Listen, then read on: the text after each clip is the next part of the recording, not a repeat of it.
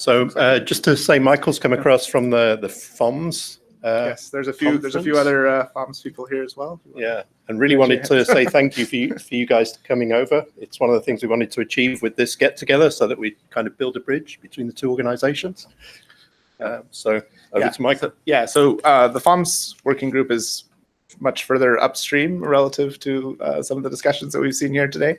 It's sort of an unconference, and we sort of try to surface issues around, if we were to, adopt AV1 in production or other considerations that we run into as we look at adopting these things.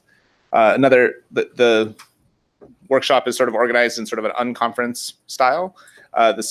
And sort of a gathering of tools, browser developers, web app developers, and standard providers, sort of across a variety of different companies. The player folks from JW or the backend development team from another company.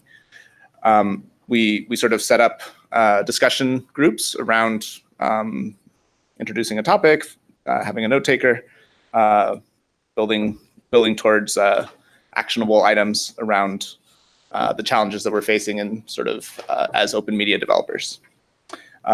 It's, again, structured as sort of a unconference and kind of about the people.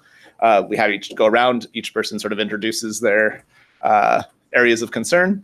We list these all out on a giant whiteboard. We translate that into like a live schedule for the day. And then this is sort of what the report back consisted of. These are sort of the topic areas that we covered. I'll give some examples that kind of relate to maybe one considerations. So, for example, the media capabilities breakout section, we looked at different sort of ways. This is the media capabilities, for people that don't know, is sort of an API that the browser or device exposes that tells you sort of what's available to what is supported, essentially.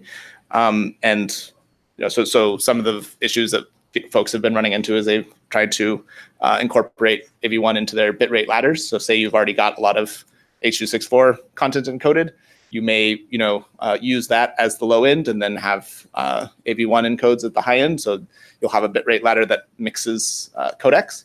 And in those sort of cases, we'll run into edge cases around switching between codecs within media source extension. It's kind of an example of the sort of use cases that we flesh out in these discussions. Similarly, cast capabilities, broadcasting from your device to your large screen television.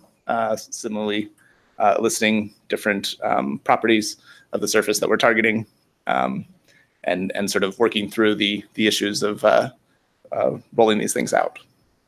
And then, we'll presented an interesting proposal around sort of the player hinting to the CDN its state of playback or issues. Connection-induced buffering is one use case for the common media client data header.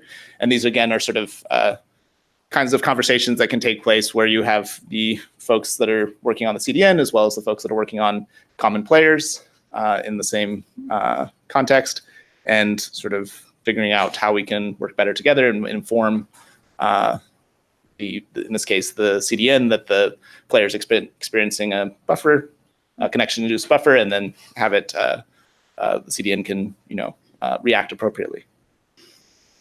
It's a really short summary here, so I didn't prepare too much, but that's basically what we did. And there's a lot of folks around the room and that participated, so feel free to ask us any questions. And if you want to learn more about it, it's at the FOMSworkshop.org, and feel free to check it out. Great. Yeah. Thanks. Michael. Yeah. Any questions?